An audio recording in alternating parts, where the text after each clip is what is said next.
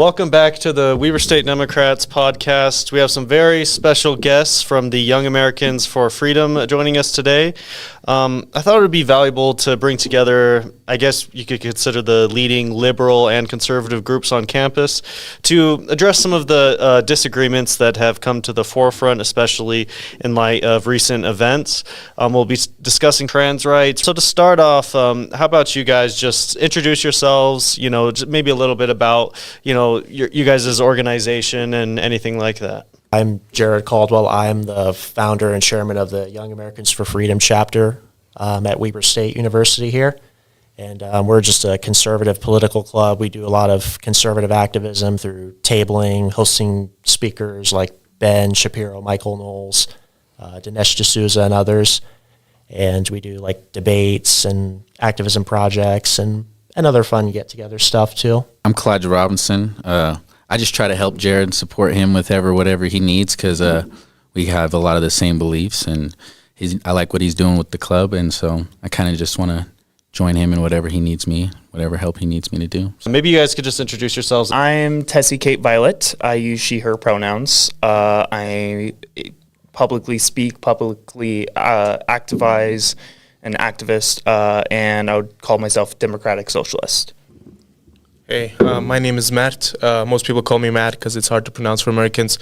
I'm just a random guy who likes debating and facts, and I'm a double immigrant. I don't know if that matters, but yeah, just a random guy. I just kind of wanted to tackle, I guess, the elephant in the room with some of the stuff that took place. So a few weeks ago at the club fair, I stopped by at your guys' table, and we ended up discussing trans rights. This isn't the first time we've kind of discussed things and everything like that, but it came out that you guys were going to do like an anti-trans table or like a day of detransition day or whatever that was on the Trans Day of Remembrance, which for anyone who doesn't know, the Trans Day of Remembrance was set up to be a day to remember trans people who either got murdered or they committed suicide and all those kinds of things. So we, especially because there are many members of my organization that is trans, that, they kind of wanted to, including myself. We just mobilized our members and we kind of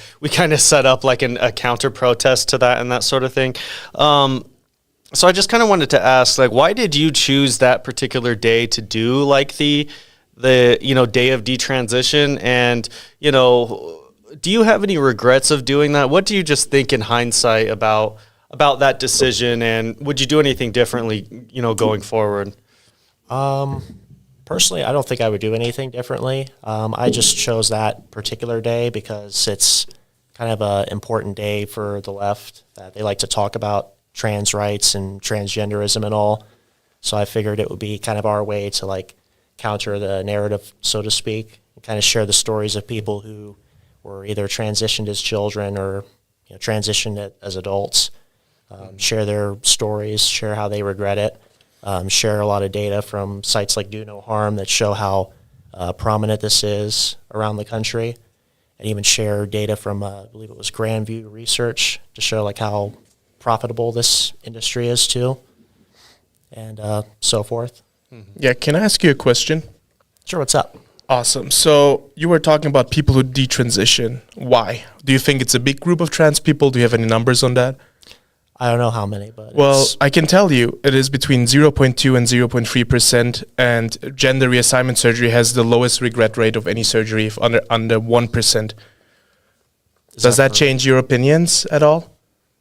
No. So it being literally the surgery, one of the surgeries with the lowest regret rate on earth, does not change your mind at all? No, because their stories are completely ignored by trans activists, on people on the left that promote it. What do you mean by like it's ignored by trans activists? Like what exactly, like what stories are you talking about and such? So people like Chloe Cole, for instance, who was transitioned as a child, she started suffering from like gender dysphoria, a little bit of confusion, because she kind of grew up as a tomboy. And around 9 or 10 years old, she started to believe that she was a boy when she wasn't. And her parents took her to see several different therapists, and they came to the conclusion that she was a boy. and they basically told her parents that that she should be put on puberty blockers or hormones, and they basically gave her the conundrum of, would you rather have a living son or a dead daughter? And so her parents reluctantly agreed to it, and she started taking cross-sex hormones and puberty blockers at about 12, 13 years old, and by age 15 she got a double mastectomy.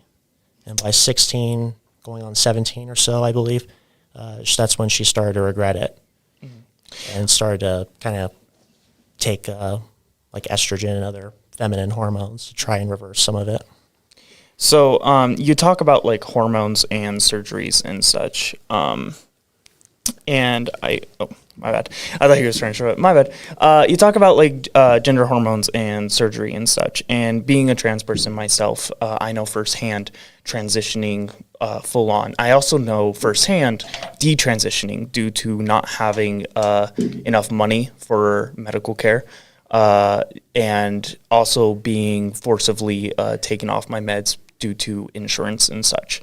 So for me personally, like knowing that the physical surgery to transition, if you are going to physically transition, if that's top surgery, bottom surgery and such, from all my experiences in Utah, Nevada, California, Washington, Oregon, you have to be 18 years or older, and you have to be on hormones for at least a year.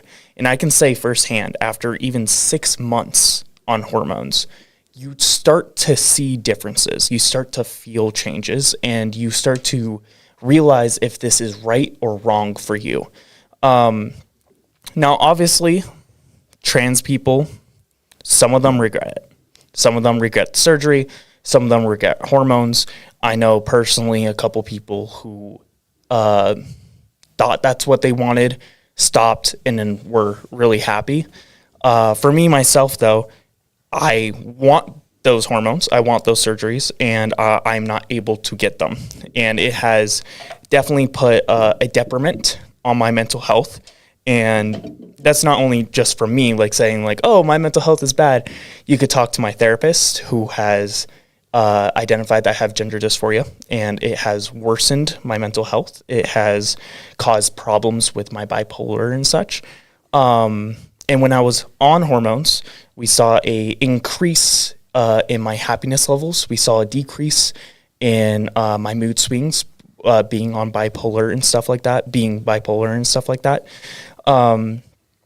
So even though, yes, there is some cases out there, just like any other surgery, where people regret it, or where people die from it, or where anything like that, the UN, other countries, even the US, has stated that hormone surgery, even physical alterations from bottom and top surgery, help mentally and physically trans people. Can I ask you a question? Yeah, sure. Since you cannot get those surgeries and the hormones that you want, yes.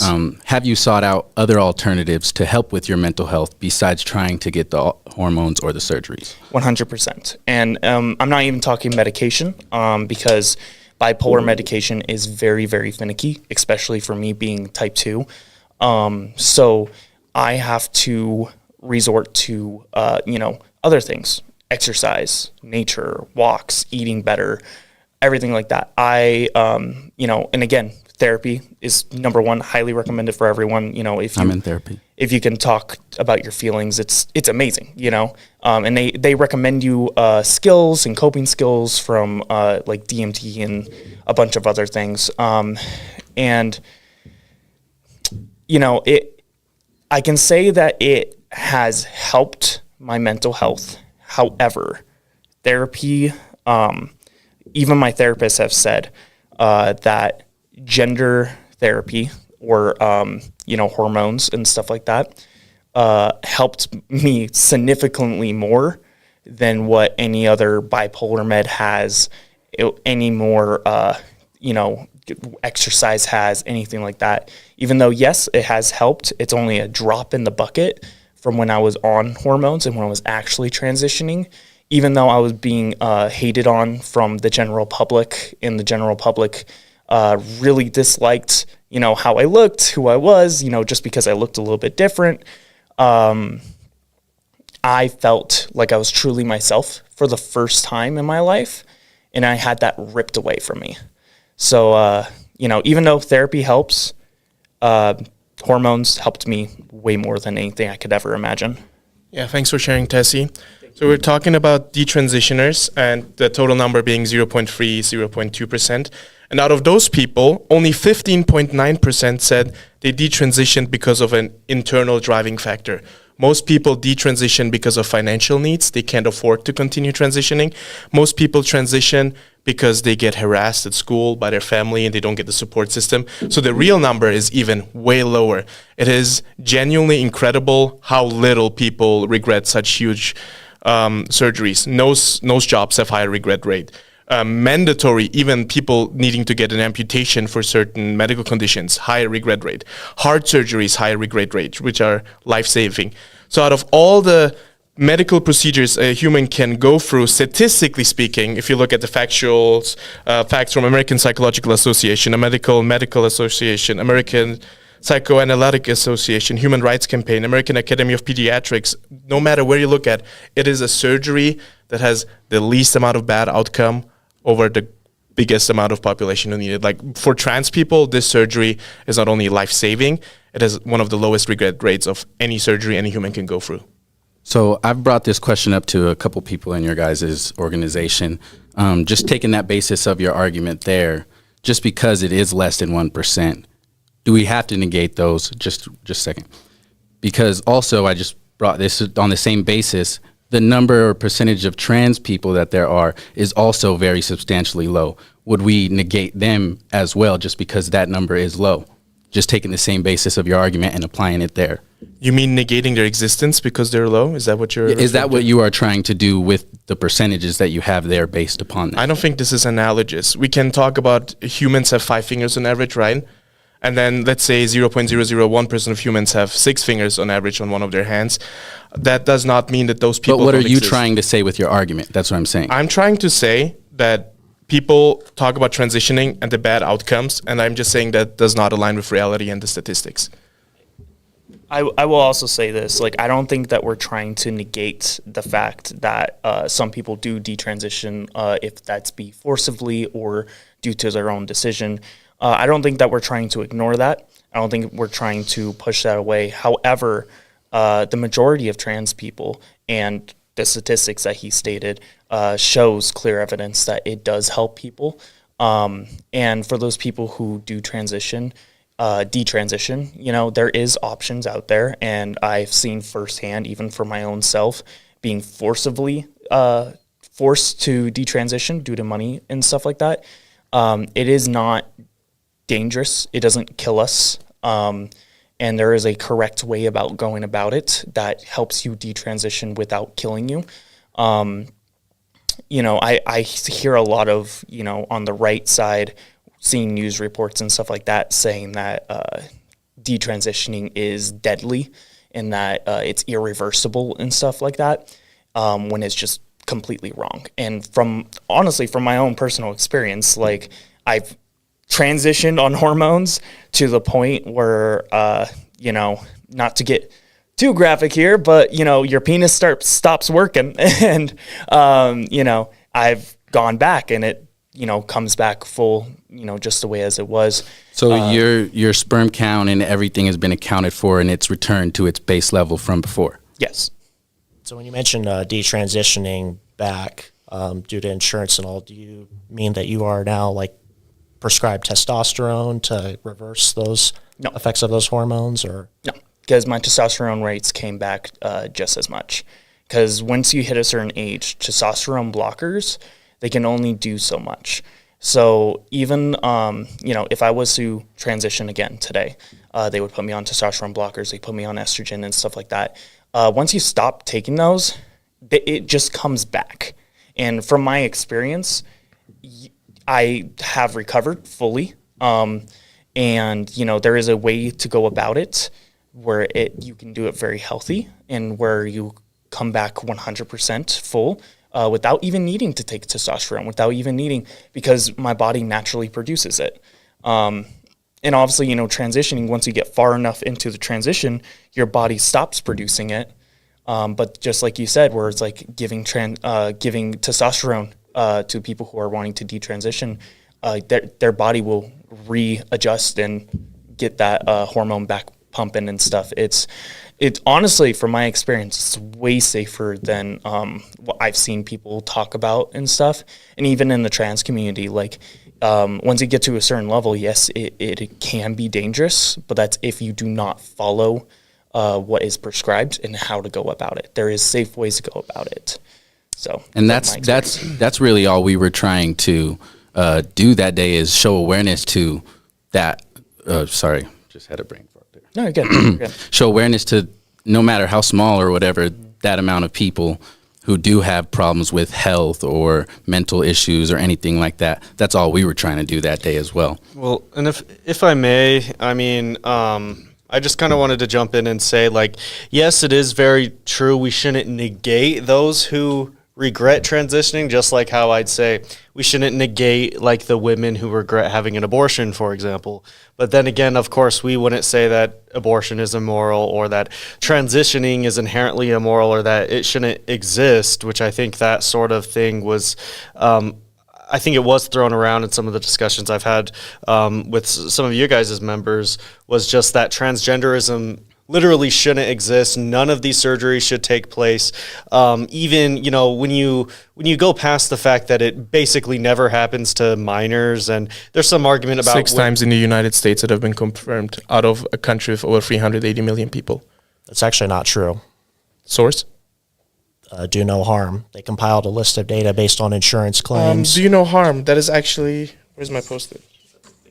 But they compiled a list of data from insurance claims from the Department of VA, as well as Medicare, Medicaid, many of the big insurance providers, and they found that close to 14,000 kids in the U.S. From 2019 to 2023 have been put on puberty blockers, cross-sex hormones. And that's different from surgery, though, isn't it?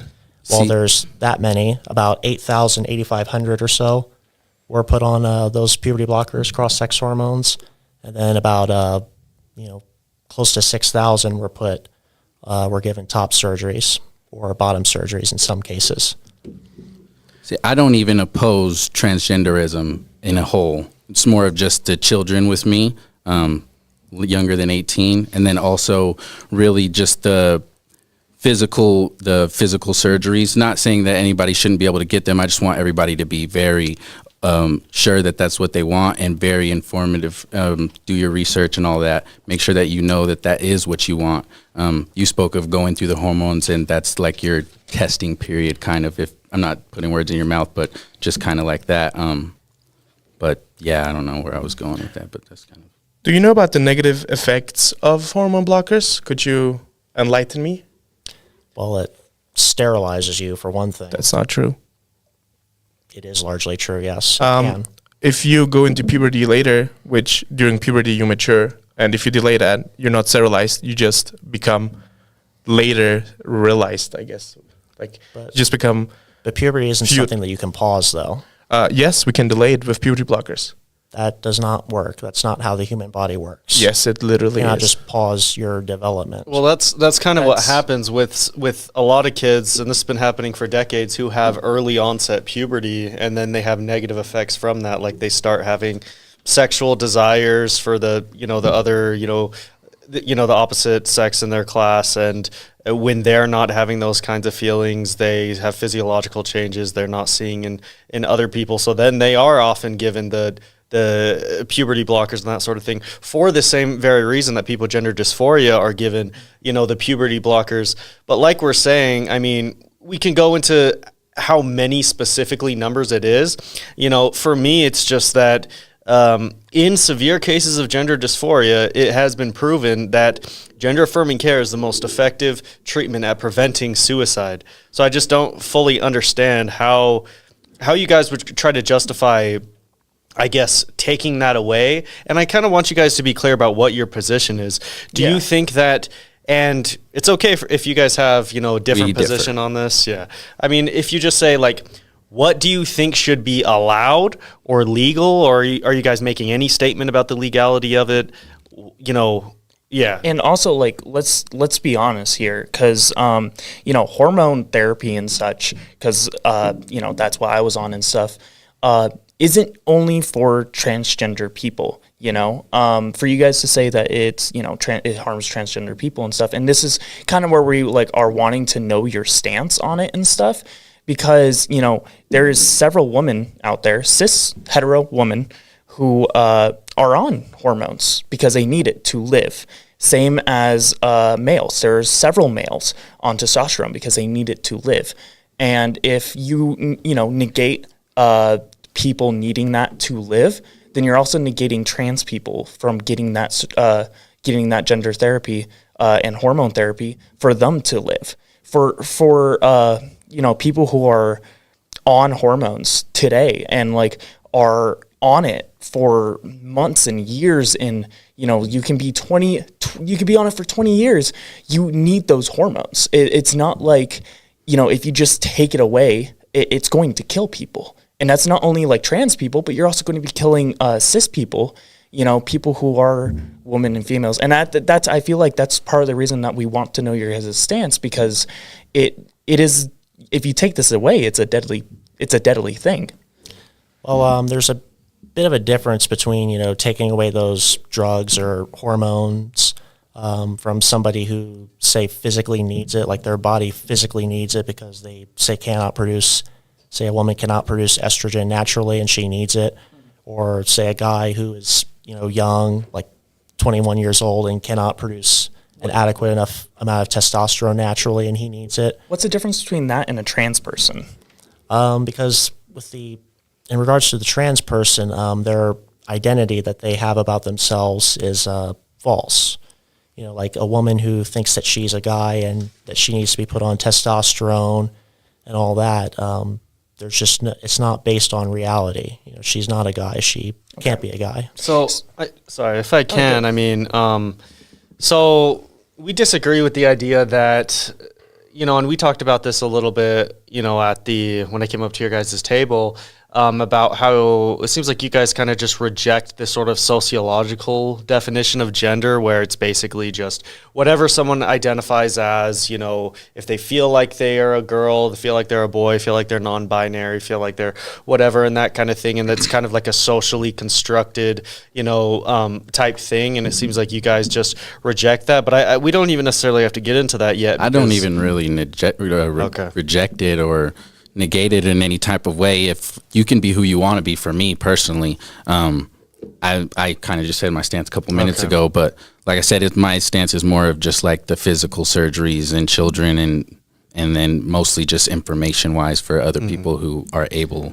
Well, I mean, even if that is the case, then I would just say, you say, oh, well, these people need these kind of testosterone or they need estrogen because they need it, for their physical as well as, I guess you could say, mental health, because obviously the negative, physical effects will carry out into their mental health as well. But when you look at people gender dysphoria, the reason why they want this gender affirming care is literally because they don't feel comfortable with themselves. They feel like how they present doesn't actually match up with, who they feel like they are or who they want to be. And so like we've been saying with these statistics, the gender affirming care, it vastly decreases the chances of suicide and self-harm and that kind of thing. So even if they say they're a boy or they say that they're a girl and they're not, let's say, I agreed on that, say everyone at this table agreed on that, I don't necessarily think you can then make that jump to where,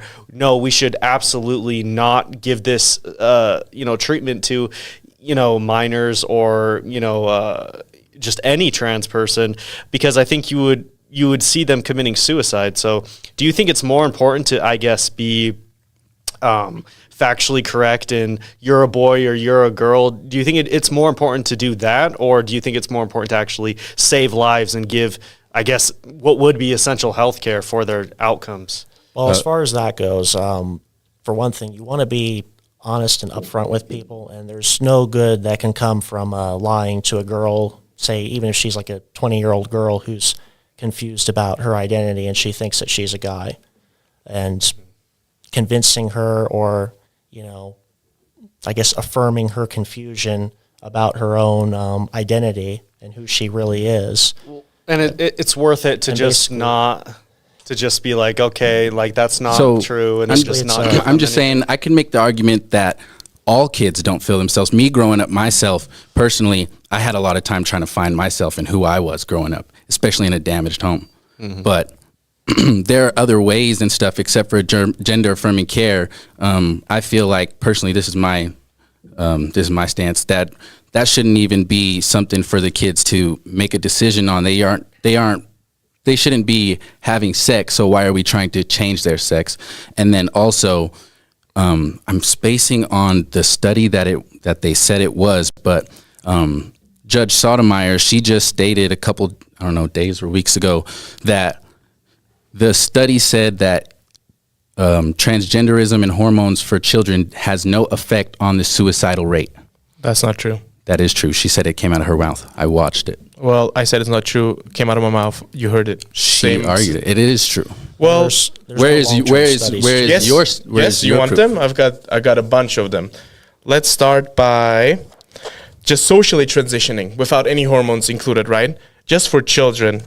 70% of individuals. But what's the source? You could throw numbers. Oh yeah, okay. Let me give you the source. This source particularly is by combination of the American Psychological Association and the American College of Osteopathic Pediatricians. Okay, now can I continue? So it says, let me go a page back. It's a meta-analysis, a longitudinal double-blind study, which is a peer-reviewed, which is pretty much the highest achievement any scientific paper can achieve. And it says that 80% of individuals reported significant improvement in dysphoria, 78% of individuals reported significant improvement in physiological symptoms, and 72% of individuals reported significant improvement in sexual functions. Where's your suicidal numbers? Yes, I'm coming to that. Well, children who socially transition report levels of depression and anxiety, which closely match levels reported to cisgender children, indicating social transition massively decreases risk factor of both depression and suicidality. Okay, so with that, so were the children asked about this? Were they? You want to ask the transphobic parents instead? And you also said the same goes for cis children in that, did you not? If they are able to socially transition, the level of their mental health, the bad mental health outcomes, reaches the same level of cis people who don't have these. So just if they socially transition, just if they say, I'm a girl, children are less likely to be depressed and kill themselves in similar levels to people their same age who are cis. So, and they don't have the same problems.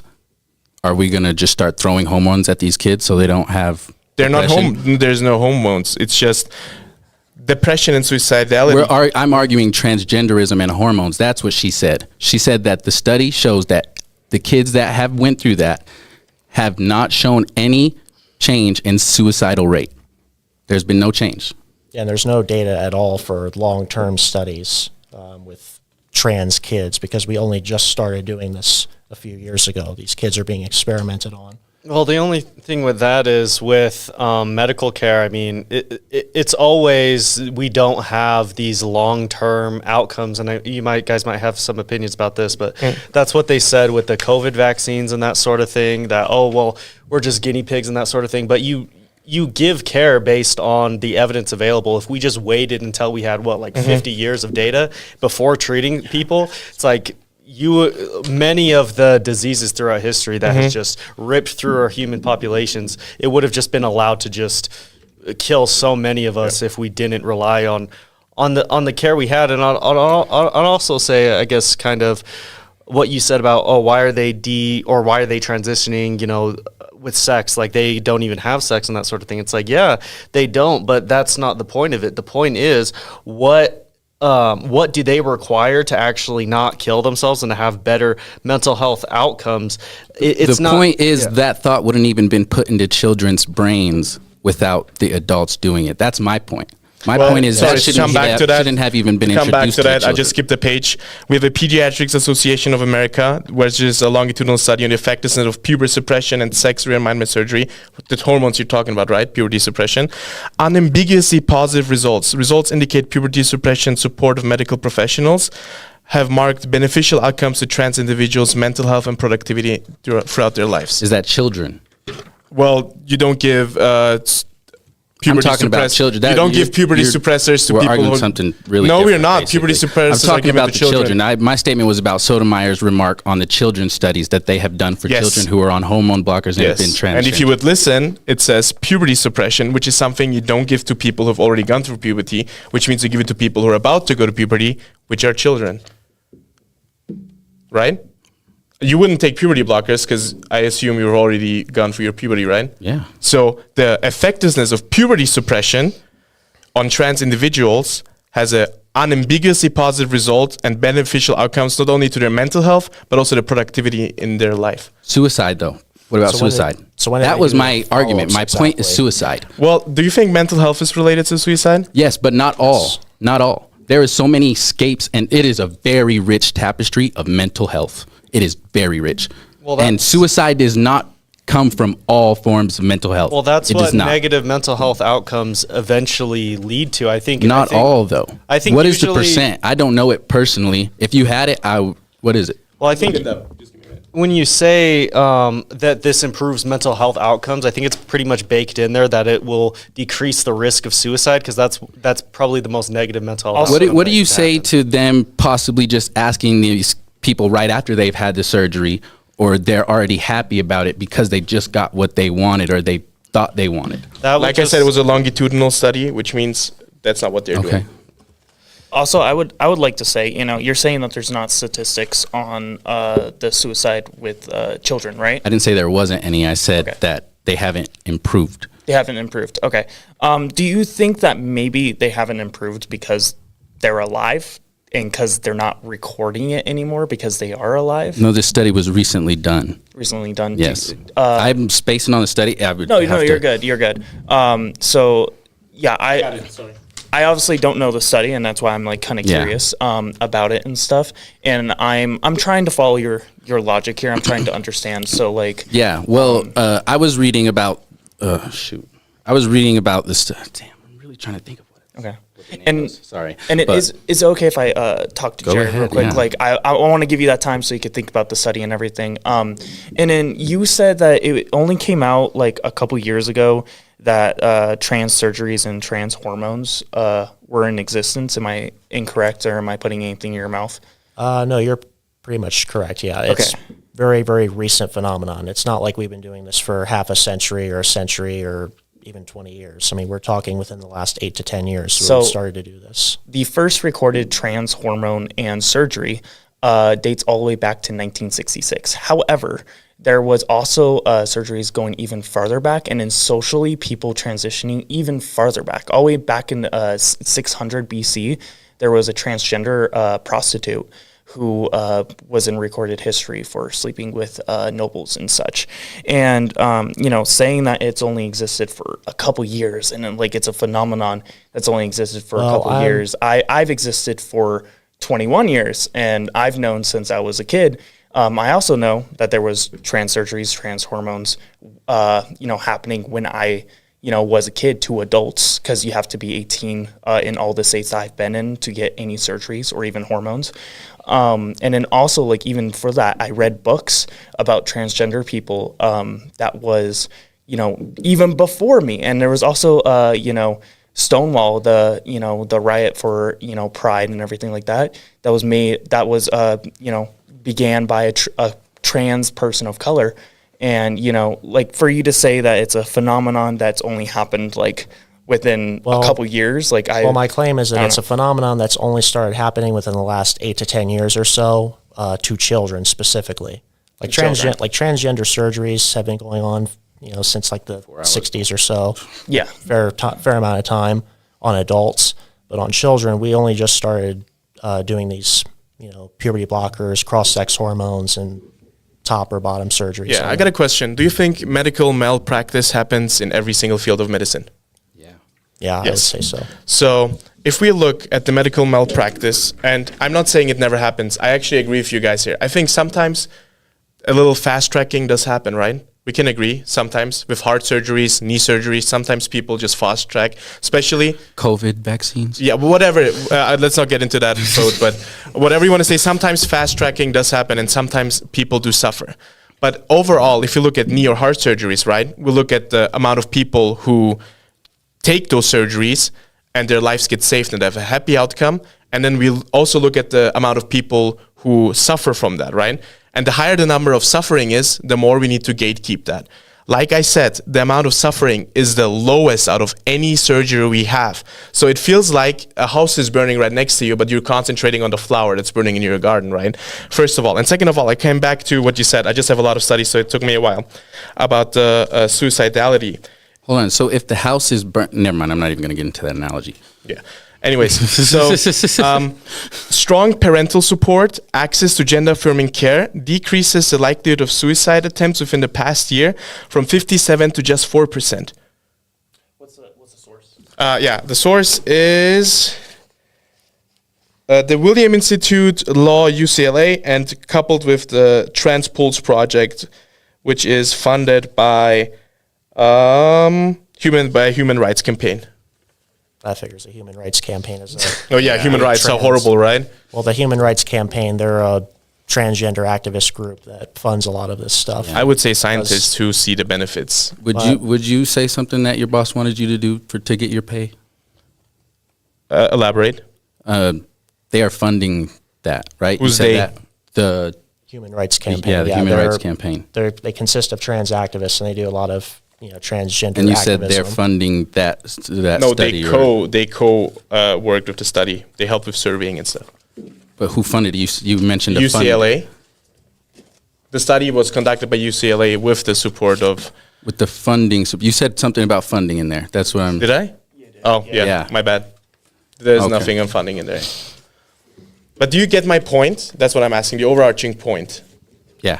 So we have overwhelming evidence from different, you can discredit one source or two, but if you look at the scientific consensus, gender-affirming care does help. It decreases suicidality a significant amount. The regret rate is one of the lowest in any kind of surgery ever. I had heart surgeries. The regret rate for something that literally keeps me alive is higher than... So what is the rate of these surgeries and these people in the total number of citizens? Not just the amount of surgeries within your group of people, but what is the amount and numbers of those surgeries within the total amount of people in the and US? are we accounting for Yeah, the difference in numbers? Like, because there's a lot more heart surgeries or hip replacements, stuff like that. What all versus surgeries and stuff are we talking about here? the kind of per capita. I think that is very interesting because you guys did bring up, the big numbers and stuff like that.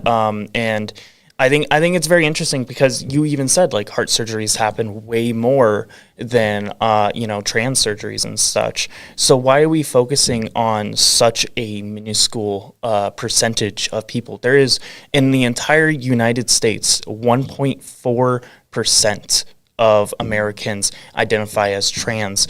300,000 of those are children. And then even like you're talking about like in local politics and Can I ask you something? Sorry. Yeah, go ahead. Go ahead. What do you think about just reaffirming the children as they get older, and then once they are of age, then finally taking that leap?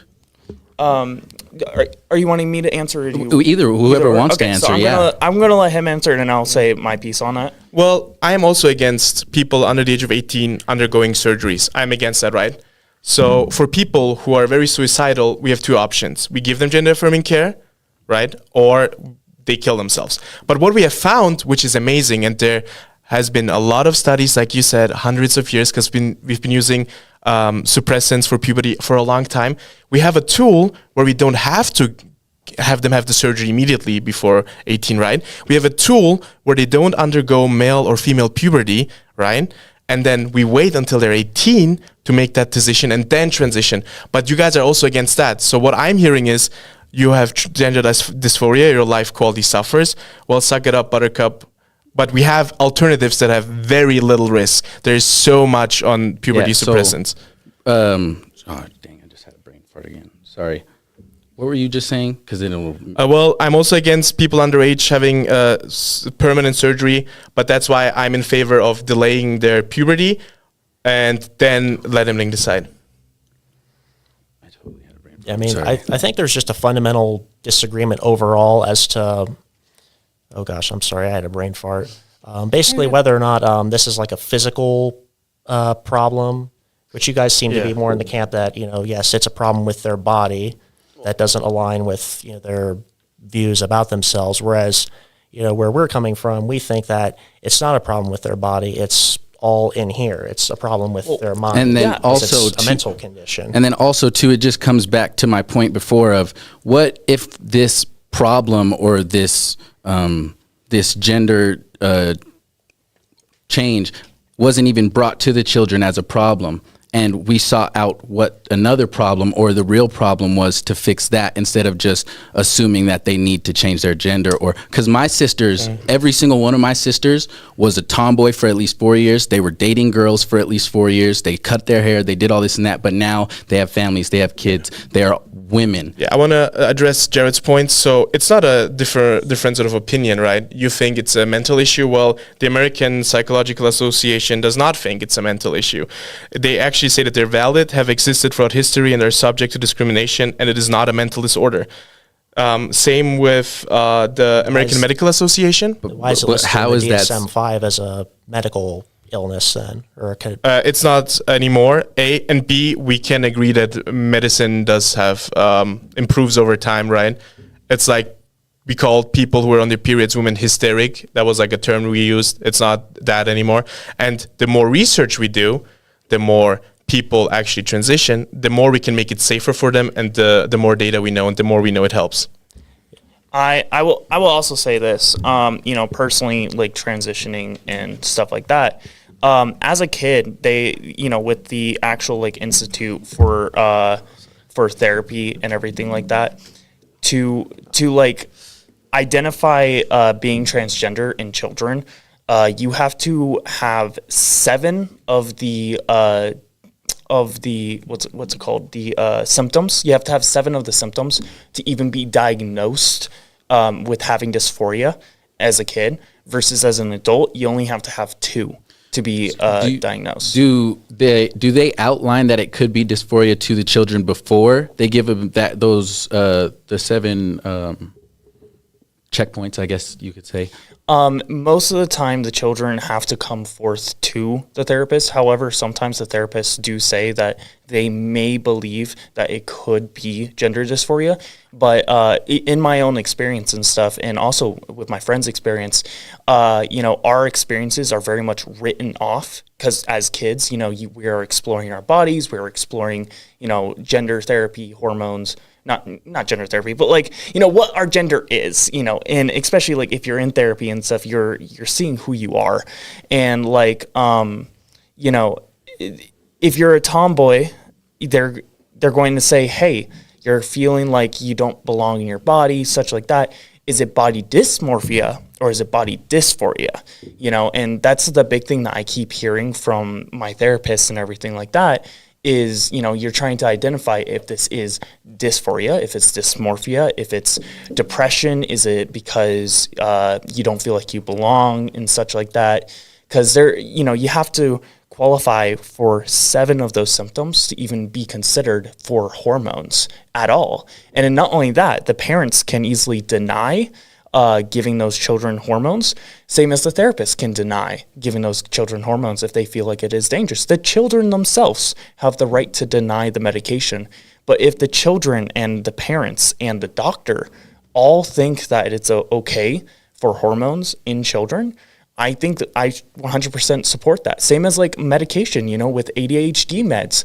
A lot of children, you have to get diagnosed by a doctor. You have to get it approved by your parents. You have to, the children have to be okay to take it, because you have the right to say no to it. And if I was on my medication, as a kid for like ADHD and stuff, I might have done way better in school. But sadly, I was not given that because my parents did not agree with it. Sorry, I'll go real quick. The child's input is completely irrelevant, though, as to whether or not they want the meds or want the hormones, because a child cannot consent under law to anything. Yes, however, when it comes to meds, That's they're not true. allowed A child can consent Yeah. for medical practices under law. That is not true. That's not a fact. He's talking about the My like, Sister and Me story where the she the sued her huge parents. difference between like consent when it comes to sexual encounters. Yes, they're not allowed to consent until a certain age. However, when it comes to medical practices and stuff, even being 14, 13, I was asked if I was willing to take this medicine. I was asked if I thought this medicine would be good for me. I'm not talking about hormones, but I'm talking about other medicine. Like, you have the right to deny medication as a child. And even as a child, I'm sure we've all experienced it where you don't want to take like cold medicine or something and you like run away and whatever. But also, you're allowed to deny that. And when I was in the mental hospital, we were, you're told your rights and you're told you are allowed to deny medication. No matter your age, you're allowed to deny medication. So that's my defense on I that. just had a question. Just like, what about the cases of coercion, just trying to get money from those people who are trying to seek help, like in cases of Vanderbilt and stuff like that? Well, I would say, when the system is corrupt, when the system is privatized, when the system is looking for money, right? Like, that can happen in any medical field. So there's this lady that I knew that I worked with, and she worked at the job for 20 years. She got caught stealing. Okay. And she was like, oh, let me keep my job. No, they didn't let her keep their job because they checked the camera. She's been stealing for 20 years. What do you say about that same kind of analogy for these doctors who haven't been caught maybe coercing or looking for money? What do you think about, I don't know the percentages or anything like that. What do you just Earlier think you about said trans people make up such a tiny percentage of people. And I just think it's silly to have like conspiracy theories about, oh, they're getting coerced if... But it was proven with Vanderbilt. Well, I'm saying every single public medical... schools. No, I'm just asking, what do you think, if that is possible or not? We already said that medical malpractice happens in every industry. Can I give a closing statement because I have an appointment in just a little bit? No doubt. I You think gotta go earlier, soon, too. earlier you said and you talked about how you were just talking about trans kids in your guys' Trans Remembrance Day. I think this is highly dishonest. I looked at the bills. I've got pictures. You posted a picture of an adult trans woman and wrote down, "Look at this abomination of God." That has nothing to do with children. I think you're taking a tiny percentage. We didn't say children. We said all transgender people. Well, earlier you specifically said that's your main reason for being there. No, I didn't say children. I said our main reason was to spread awareness about the people who are detransitioning and also children, both. And in that part of the billboard or whatever that you were referring to, that was a story from, definitely not somebody on our side by any means. It was written by hand. It was written. Well, I wrote that part or whatever. That was commentary. But yes, it's basically commentary on the this magazine, New York Magazine article written by Mac McClelland, who goes by Gabriel Mac now, and she talks about her, experiences with getting the phalloplasty surgery, hysterectomy, and all that, and she didn't intend to by any means reveal how horrifying it is, but she does. She reveals a lot of interesting things about how, with her procedure, there were a lot of complications. There were instances where she thought that she was going to die because her, I'm sorry, I don't want to get graphic, but her, makeshift penis was... Neopenis? Yeah, was starting to bleed and turn weird colors like, gray or something. Mm-hmm. And she mentioned that, people, it's very common for them to get follow-up surgeries, sometimes often as many as 12, and that 50% of people who get a phalloplasty surgery have to get a additional surgery or follow-up surgery for that, which, that seems a little concerning. Do you know that 70% of people who have a aorta stenosis need to get up to 5 surgeries? I had 8 heart surgeries. That happens in every medical field. People mess up. It's humans performing surgeries on humans. But I think we're missing our points. What we're saying in the future, not in the future, present, policies that we support, that we have about gender-affirming care save children's lives in the thousands and thousands and thousands. We have a couple people here and there that do suffer from that. We have a couple people here and there that do suffer from any kind of surgery. These surgeries are proven to help people the most amount, less suicide, and you're shaking your head, but all you could have just said were a personal anecdote of one trans person. And I feel like the facts are on our side, and I know the facts are on our side. It's just a little hypocritical, in my opinion, that you guys make us up to be like harming children when it genuinely does the opposite. It helps children across the board in every single way: academic performance, life performance, mental health performance, suicidality. All of these aspects improve significantly, coming close to cisgendered people. And you guys just sued out in all of those things, and people suffer and people die, which is horrible. And the main thing that we're denying too is the idea that these people are the opposite sex. We're offering real mental help. Don't conflate sex and gender. We're saying Then why are they changing real mental sex help. if it's just gender? We're saying get real mental help. Well, this is kind of where, I mean, are you guys okay to, we could continue just for the next like 5 10 minutes. We got like 5 minutes. Okay. But yeah, he went off on a whole tangent there. Yeah. So, I mean, let's just kind of center the discussion. Maybe we can kind of wrap up on this whole medical care part, because I think that definitely did carry a lot of the discussion. I guess one thing I could say, We kept coming back to it. Yeah, it's definitely like been like the most of the discussion. well, So what I want to say is, like, I do agree with Matt, or I think how you say his name. I heard his girlfriend say is Mert, so that kind of cool.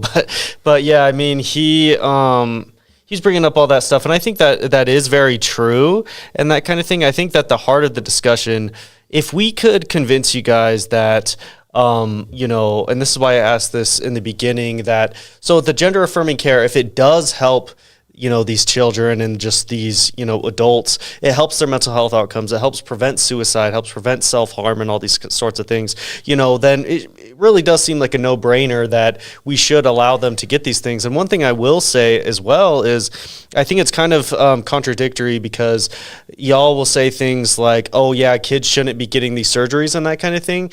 But then you're kind of going back on that by saying that, oh, it's wrong, like you're not a boy if that's what you identify as, you're not a girl if that's what you identify as, because that kind of thing is what makes them have... You're mixing both of our views Okay, together. sorry, and or I whoever's... oppose it entirely. Like I'm Okay. against it even for adults too. I would ban it for adults So too. Like that's probably where a lot of our miscommunication is coming from. You guys are joining what we're both saying putting both of together, that. and so you're saying we're both contradicting each other, which we would be if we were both, you know. But we both have our own views. We do stand a lot on the same things, but yeah, for this one we do have different views, and that's where I feel we were differing the most in this podcast. Well, then the one thing I will say then is, if you want to prevent them from having surgeries, it seems like, you know, just accepting their preferred gender identity would actually do a lot of good in preventing that surgery, because then they wouldn't feel like they have to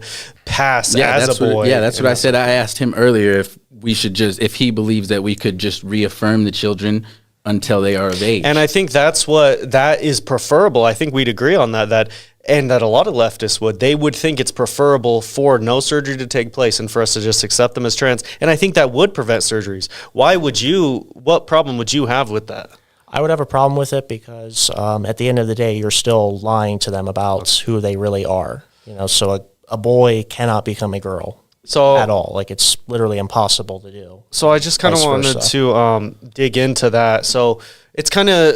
So you do reject this whole idea of gender, and that it's basically whatever you identify as. Like, it's not like a social construct to you. Yeah, I mean, if you want to go with the more, like, you know, I guess somewhat modern right-wing definition or view, it's basically that sex and gender are the same. They're completely indistinguishable from one another, rather than being two completely separate different things. And if gender is kind of affirmed and it is seen as a real thing in the field of, you know, sociology and that kind of thing, like if you look it up, I mean, there is an actual definition that would be in line with a trans person saying they are a particular gender, that they identify as it.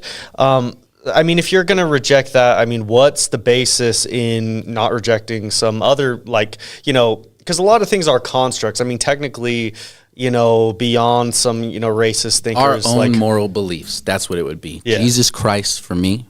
Yeah, Jesus Christ for me as well. I'm actually surprised that hasn't come up. My Lord and Savior, I praise him. He wakes me up every day. And I mean, so that's your basis for truth and that sort of thing. I'm just kind of wondering, like, if you reject gender, it's like, what if I just rejected, I don't know, like, the idea of supply and demand or race? Because I mean, race is technically a social construct.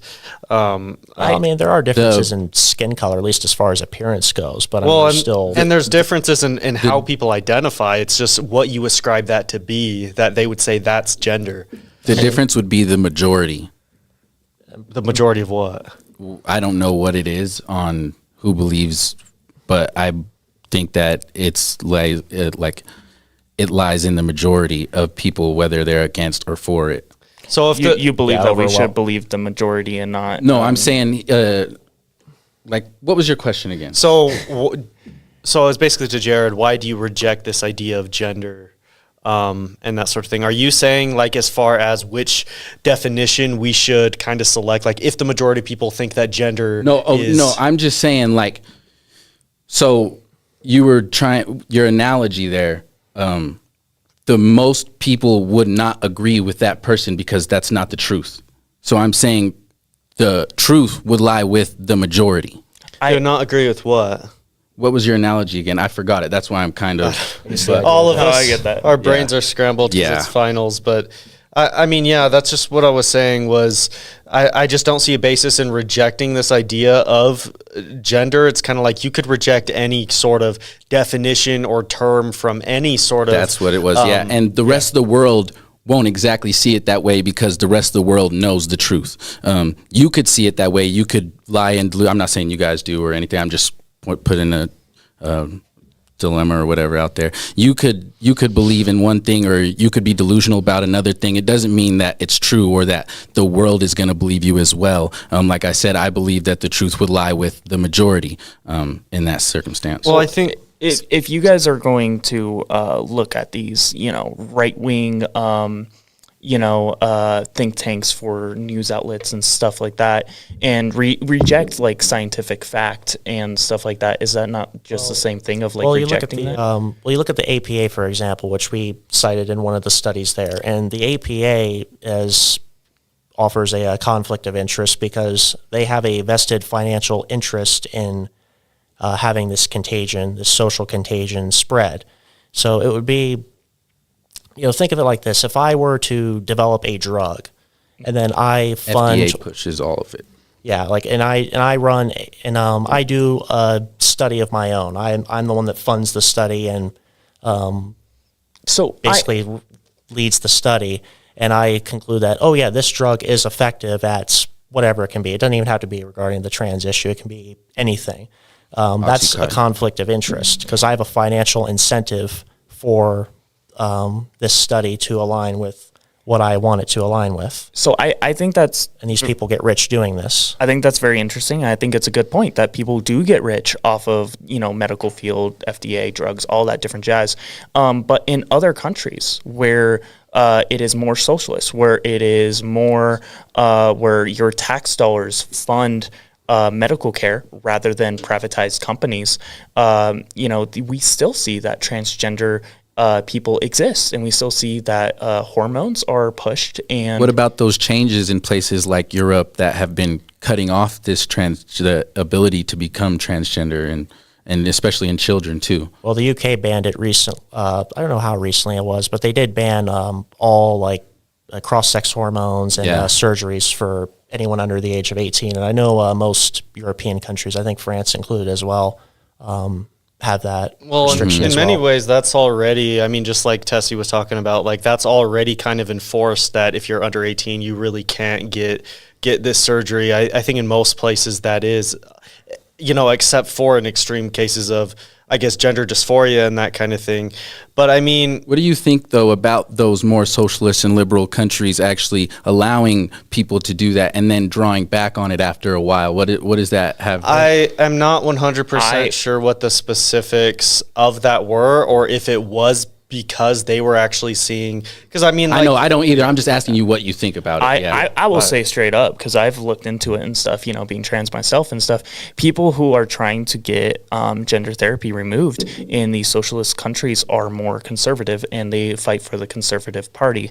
Because, you know, even in socialist countries, there is still conservative parties. I mean, we could look at, you know, all these politics in other countries and stuff. And, you know, the main one that we're focused on is U.S. because we're obviously in the U.S.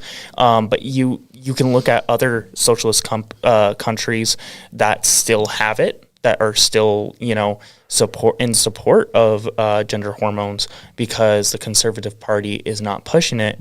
However, in these countries that you were saying, like especially with Europe, you know, they have an uprising in conservative groups. They have an uprising in fascism and stuff like that is pushing their beliefs. Same as like in the U.S., the Conservative Party is pushing their beliefs into, you know, healthcare. I personally think it should be up to scientists. I personally think it should be up to the doctors.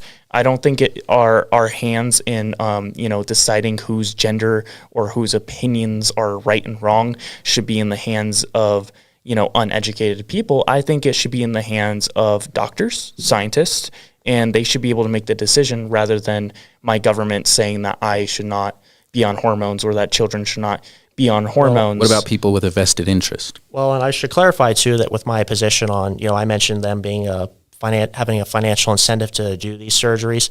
It's not even that I'm against, you know, people in the medical field making a lot of money. Like, sure, you know, somebody who does like cancer treatment or heart surgeries or hip replacements, whatever it might be, you know, or just, you know, practical, you know, care physician or primary care physician, yeah, they should be paid and compensated pretty fairly and make a really good living and all, because it's expensive to go through medical school and everything. And they still do in socialist countries. And my problem with it is not that they make money off of it, it's that they make money off of a lie. They make money off of lying and deceiving people when they know that it's a lie. Well, one thing I'll say, and I guess we can kind of end off on this, is, yeah, they may have sort of a financial incentive, but at the same time, I think it's not really how it works when you have an actual doctor prescribing gender affirming care. It's like, I don't think they get... But a lot of these doctors have their own ideologies and thoughts. Yeah, and they may have their own ideologies, but I think typically they trying to do the best they can to help others and to give them the health care they need. And also when you, like, they don't get...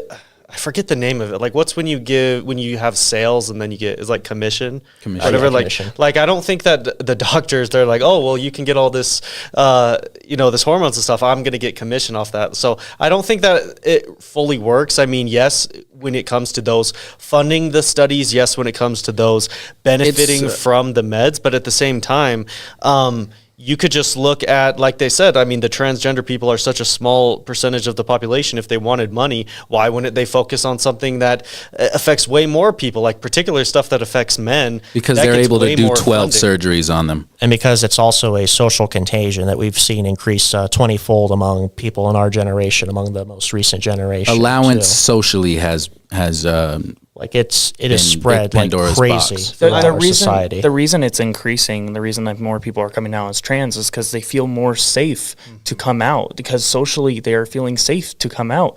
Back in the day, police were beating them for being trans. They are people too. Well, yeah, exactly. But like, well, think about it. The police are beating minorities, and police are hurting minorities, and the government are hurting minorities. And then finally, the minorities for trans people feel comfortable to come out, and then they're feeling that their rights are being taken away. And you see like an increase, like the 20% increase, you know, 20-fold increase of transgender people, you know, coming out and stuff. And good. And this is just among the most recent generation, mind you. You know, and if what you said were true, then we would see similar, you know, statistics coming out among people who are, say, you know, the silent generation, the baby boomers, Gen X, millennials, and all. And there's some increases among some of those groups, but not anywhere even as remotely close to the rates or increases that we see among because education is way more widely available in our modern social generation. acceptance thing does not work. Well, and by that point, they're not going to be socially accepted of themselves probably, because they're going to be so ingrained that transgenderism is bad. Most of those people in those higher generations, those are obviously very conservative.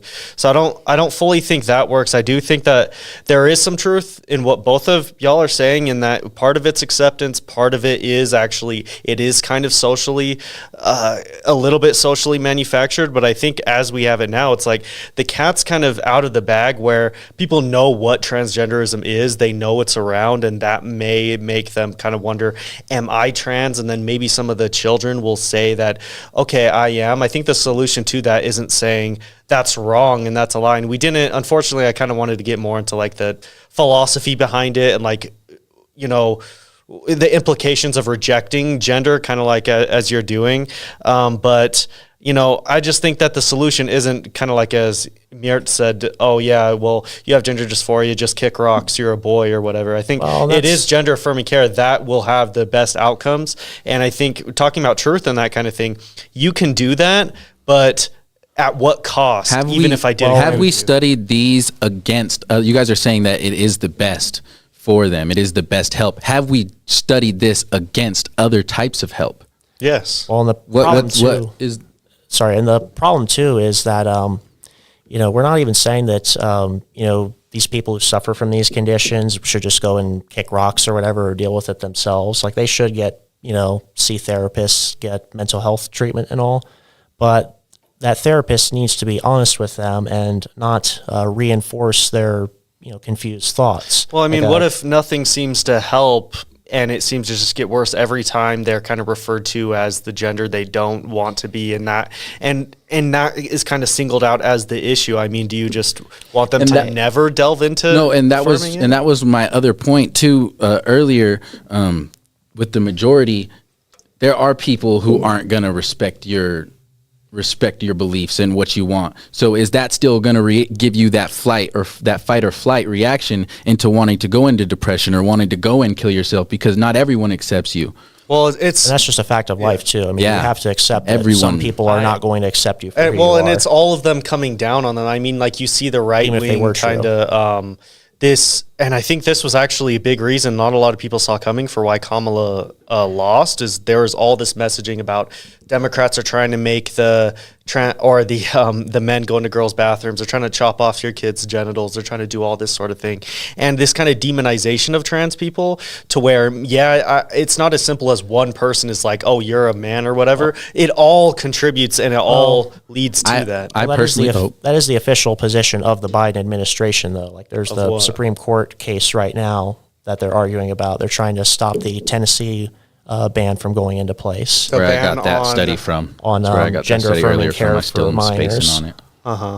And I want to say it was the Center for Disease and Control. I want to say, do not quote me on that. You're good. I think it's about time that we do our closing statements, with it being about an hour and such.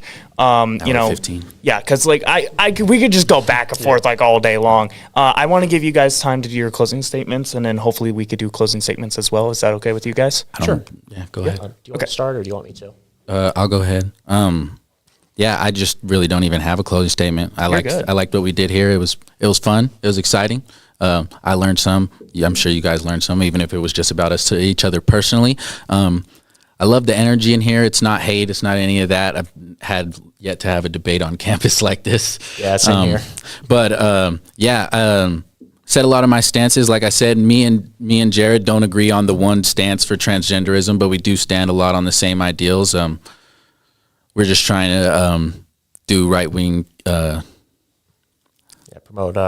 right-wing conservative values, and just try to live by the Lord, and Yeah, I guess I should start by saying that it's a little bit unfortunate that we weren't able to go into some of the other topics too, like the for sure pro-life and issues about the election and all that made Trump win over Kamala and all that. But there's always next time, right? Yeah, I mean, we could do this again. I mean, I'd be open to it, because you guys were really cordial and cool and all, and I think it was a really good conversation. But I guess my message would be to any person that does suffer from this confusion. I just want you to know that I am praying for you, that my heart goes out to you. Like, I do not hate you at all. I do not demonize you at all by being against transgenderism. I genuinely feel, pity for you, and I don't mean that like in a condescending way or anything like that.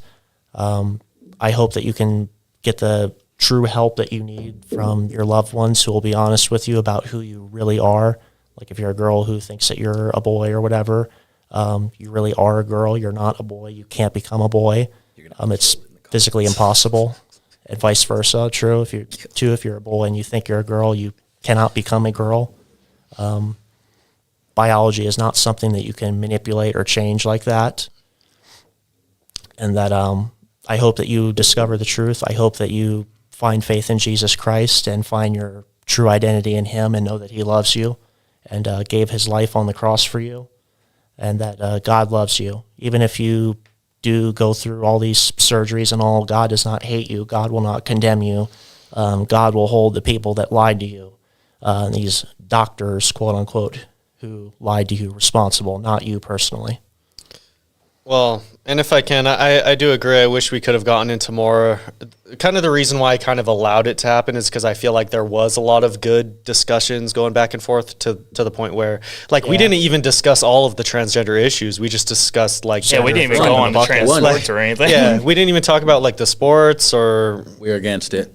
Yeah, same here. Well, I mean, completely. I will just say real quick, the law that was passed, preventing trans women from doing sports in Utah, there was only one person in all of Utah, and there's only less than 100 from NCAA. That's in Slippery slope. That's what I got to say to that. Fair enough. And I mean, one thing I will say, just to end on the trans part, that we could maybe go in if we do have another discussion, is kind of like I said, the root for basically what Jered is saying here is that, gender is not socially constructed. Gender is basically just what your sex is, and you can't change your gender.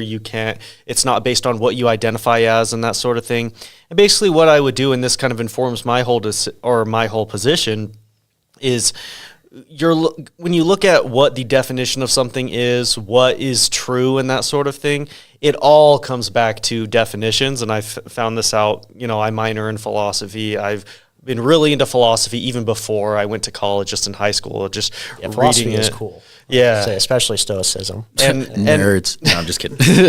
And I mean, I just think that we should choose the definitions that benefit the most sentient beings, just for this discussion, just what benefits the most people and their desires and that sort of thing. So yeah, the majority. Yeah. So what benefits the majority? And in my view, defining gender as something where it's just what's in your pants, basically, or it's just sex and that kind of thing, I don't think that actually is beneficial to the majority and what the majority actually desire. Because, even if you did an opinion poll and most people were like, no, the definition of gender is basically that it's synonymous with sex, I would say that humans fundamentally, they desire, right? And they desire well-being, they desire happiness, and on an innate level, they desire other people to have that as well and to not commit suicide and do all these negative things. My argument would be that defining gender as, basically what you identify as, and it being this sort of social construct in many ways, tied to femininity, masculinity, and that kind of thing, and it really is just this social construct, is because I do believe that is what's in line with the desires of the majority of humans. And I genuinely do think that, I know you don't really describe it as just telling people to kick rocks, but I know that's what they feel. If they feel like they're a boy or they feel like they're a girl and that's not what they're being kind of perceived as in society, and you say, no, you should stay that way, you are a boy, you are a girl, that's what it comes off to them. Not only does it come off to say that you should kick rocks, but in many ways that comes off as, oh, you should go kill yourself because you've convinced yourself of a lie. You have, been led down this path of delusion. And in many cases, I think, yes, there is the social aspect of it. They know about it, but in many ways, like I genuinely do think they usually come to this conclusion on their own. And when you kind of just try to disregard it and that sort of thing, I just think that'll lead to disproportionate suffering, suicide, depression, all these kinds of things, and that's kind of why I hold the definition that we do. But I hope we can have another discussion. Thank you guys again for coming on. And Glad to be here. Yeah, and then just for like my closing statement and everything, if you are trans out there, you're not alone. There is trans communities, there's LGBT communities, there's still GSAs, there's still, if you are, trans, if you're questioning, if you're anything like that, do your research, right? Obviously, see in yourself, see if you are trans.